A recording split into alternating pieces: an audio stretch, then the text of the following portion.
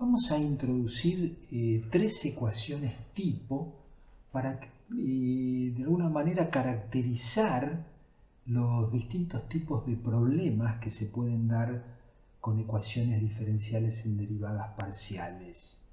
Estos son problemas de tipo hiperbólico, de tipo parabólico y de tipo elíptico. Pero antes de entrar en un planteo un poco más general para ver cómo llegar a definir, cómo llegar a identificar este tipo de problemas, lo que hacemos es plantear podríamos decir, las formas más elementales que corresponden a cada uno de los tres tipos, algunas de las cuales nos van a servir como problema base luego para introducir los métodos numéricos. En primer lugar vamos a plantear la ecuación de advección. Las ecuaciones diferenciales, que es de tipo hiperbólica, vamos a ver qué significa esto más adelante. Las ecuaciones diferenciales en general no son ni más ni menos que la representación matemática de principios de balance de la física. Entonces, eso es lo que vamos a hacer, vamos a, obtener estas formas de las ecuaciones tipos a partir de hacer el planteo justamente de algunos, del balance de algunas cantidades. En el gráfico se muestra lo que sería la rodaja de un conducto que está transportando un contaminante, podríamos decir. Lo hace con una velocidad media u, el área de la sección transversal de ese conducto es A, y la rodaja, tiene un ancho, un espesor, una altura, como lo quiera llamar, que podemos decir igual a delta X. Y entonces por la cara de la izquierda podemos pensar que ahí hay una concentración C de X, o sea, la coordenada en ese punto, y también función del tiempo. Y luego en X más delta X podría haber otra concentración. Entonces lo que vamos a plantear aquí es el balance de esa cantidad, de ese parámetro, de esa sustancia que tiene esa concentración que hemos llamado C. Entonces, ¿cómo expresamos esto? Que lo que entra por la izquierda, digamos, durante un tiempo delta t, menos lo que sale por la derecha durante ese mismo tiempo delta t, es igual a la diferencia de masa de esa sustancia que hay dentro de ese volumen de control en t más delta t y en t. O sea, lo que entra menos lo que sale es igual a lo que aumentó la sustancia eventualmente dentro del volumen de control. Y eso es lo que expresa el primer renglón. Lo que entra o lo que sale en definitiva son flujos, y ese flujo se puede establecer como U por A, donde U es la velocidad, A es el área, entonces eso es el caudal, podríamos decir el caudal líquido, si esto, estamos, por ejemplo, pensando en un líquido, puede ser un gas también, es decir, de un fluido. Si lo multiplicamos por delta T, es el volumen, ya sea entrante o saliente. Y si lo multiplicamos por la concentración, entonces es directamente, si la concentración fuera másica, es la masa de esa sustancia que está ya sea entrando o saliendo, dependiendo si está en X o en X más delta X. Mientras que del lado derecho, en el segundo renglón, ponemos la expresión de la masa a tiempo t y a tiempo t más delta t, donde eso lo calculamos como el volumen, que es A por delta X, multiplicado por la concentración en cada uno de esos dos tiempos. Simplificando los factores comunes y dividiendo por delta t y delta x, queda la expresión del tercer renglón, que si tomamos el límite cuando delta t y delta x tienden a 0, se convierte en la ecuación diferencial que se presenta en el recuadro, que es dCA de t más u dCA de x igual a 0. Esta es la ecuación de advección, es la ecuación de tipo hiperbólico más simple, y vamos a ver ahora entonces qué características tienen las soluciones de este problema. Bueno, resulta bastante trivial mostrar que la solución más general c de xt se puede expresar siempre de la forma f, una función arbitraria de x menos ut. Bueno, lo de arbitrario de la función en realidad depende, podríamos decir, de las condiciones iniciales o las condiciones de borde. Vamos a ver más adelante esa problemática de las condiciones de contorno que tienen que ir junto con la ecuación diferencial.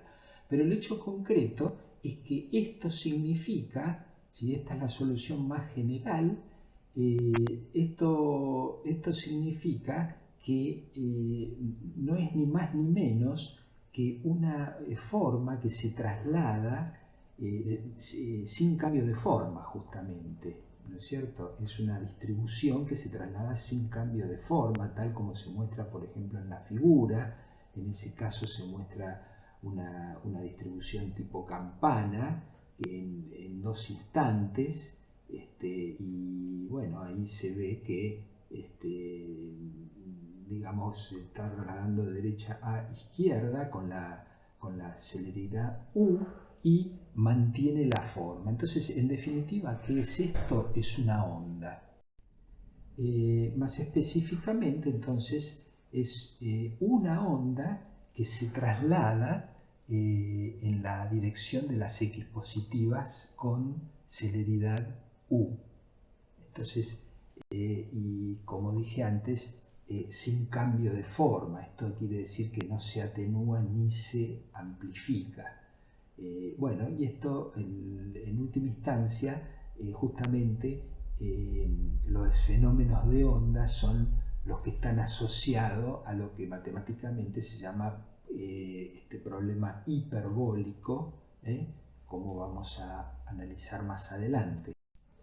Vamos a ver ahora la segunda ecuación tipo, que es lo que se llama ecuación de difusión, y caracteriza a los problemas que matemáticamente se llaman parabólicos.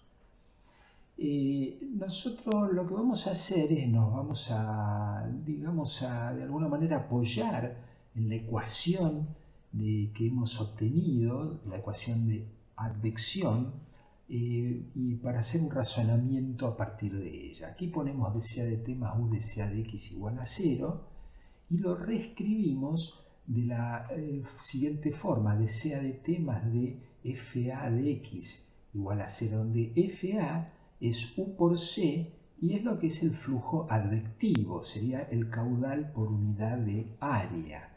Entonces esto es lo que se llama la forma conservativa de la ecuación de balance, y que es en realidad la que surge más directamente de aplicar el principio. Pero bueno, esta forma conservativa nos sirve ahora como base para hacer un planteo de una variante que nos lleve a un problema de difusión. En la figura ahora hemos representado directamente el flujo entrante y el flujo saliente a través de esa rodaja, que es el volumen de control que hemos utilizado en nuestro previo análisis. Entonces ahora estamos hablando de flujos, y específicamente nosotros habíamos hablado de flujo advectivo, pero no es el único tipo de flujo que puede aparecer en un problema en particular de fluidos.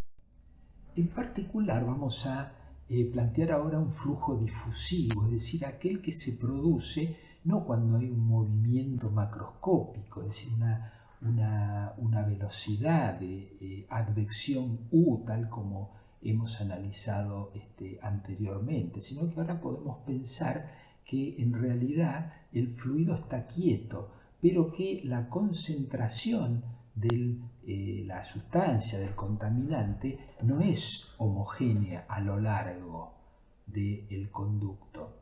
Entonces, eso produce, esos gradientes que se generan de concentración, produce lo que se llama un flujo difusivo, que en flujo laminar ese flujo está en realidad motorizado a nivel molecular, y que en casos de flujos turbulentos a eso se le suma lo que es la mezcla turbulenta, pero en cualquier caso, si hay un gradiente de concentraciones con un fluido quieto, de todos modos va a haber un transporte de sustancia, va a haber un flujo, y eso es lo que se llama flujo difusivo. ¿Cómo se expresa el flujo difusivo? Bueno, como hemos dicho, flujo difusivo depende de que haya un gradiente de la concentración. Entonces, ¿qué es lo más simple? La ley empírica más simple que podemos plantear es que ese flujo difusivo es proporcional al gradiente de la concentración, es decir, en este caso sería ADC ADX. Y esto es lo que ha planteado Fick, en lo que hoy día se llama ley de Fick, y entonces aparece digamos, un coeficiente que multiplica a ese gradiente, que es lo que se llama el coeficiente de difusividad, lo hemos indicado con la letra D. Y el signo menos, con lo que tiene que ver es con el hecho de que el flujo difusivo siempre es de las menores a las mayores concentraciones. Eso significa que para que si la concentración, por ejemplo, crece en el sentido X, en realidad el flujo tiene que ir hacia la izquierda y viceversa. De ahí el signo. Si hacemos el reemplazo de la ley de Fick en nuestra ecuación de balance con el flujo difusivo, queda la ecuación del recuadro, que es dc a dt igual a d derivada segunda de c respecto de x dos veces, que es la ecuación tipo de difusión, y que entonces está asociada a lo que matemáticamente llamamos problema parabólico.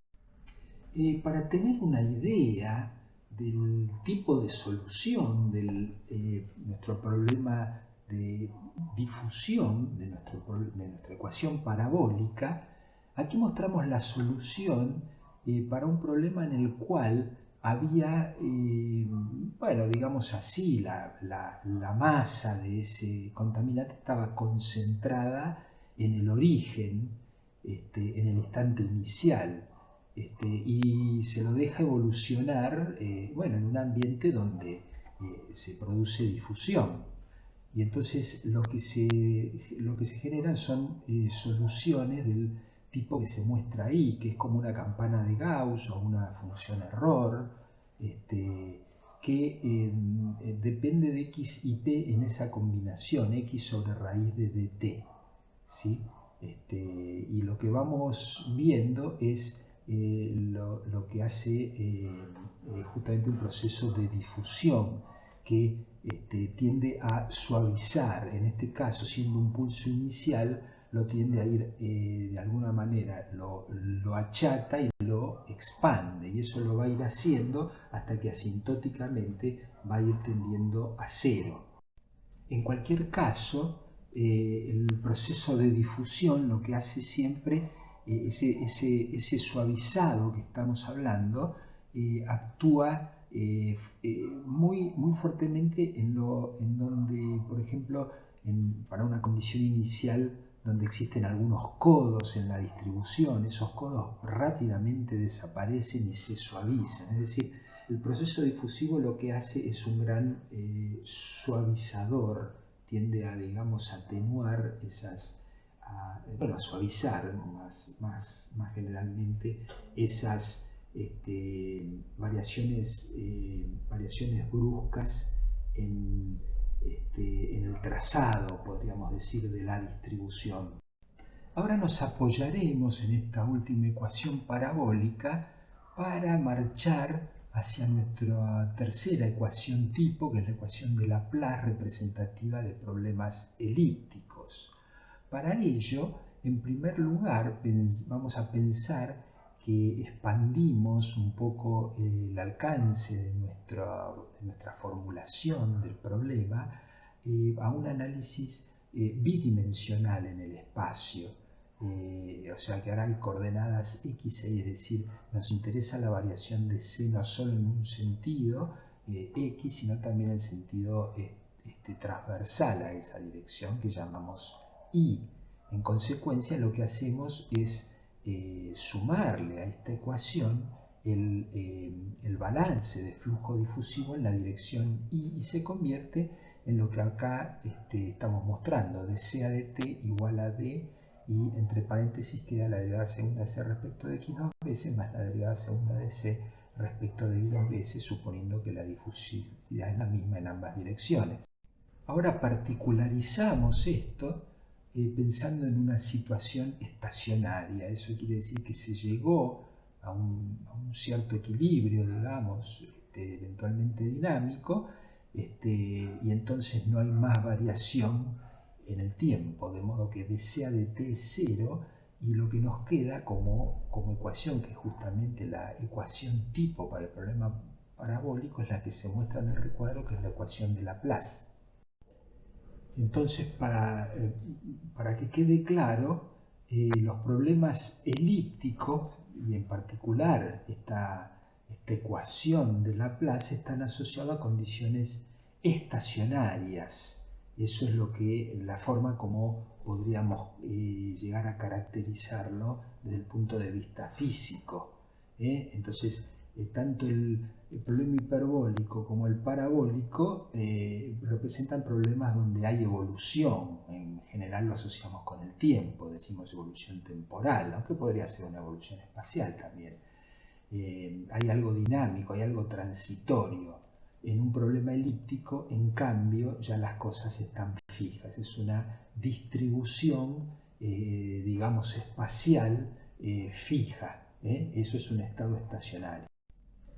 Bueno, a título ilustrativo, acá se plantea una posible forma de la solución a nuestra ecuación de Laplace, que simplemente, digamos, muestra que si hay una dependencia tipo senoidal, por ejemplo, en una dirección, entonces la dependencia en la otra dirección finalmente tiene que ser de tipo exponencial. Pero bueno, simplemente como para mostrar alguna forma analítica, digamos, de algún problema sencillo. En términos generales, la ecuación de Laplace, de todos modos, lo que provee, en definitiva, es una superficie, digamos, c de xy, que se entronca, digamos, con las condiciones de borde que tenga en todo el borde, digamos, del dominio. Una cuestión que vamos a ver un poco mejor más adelante.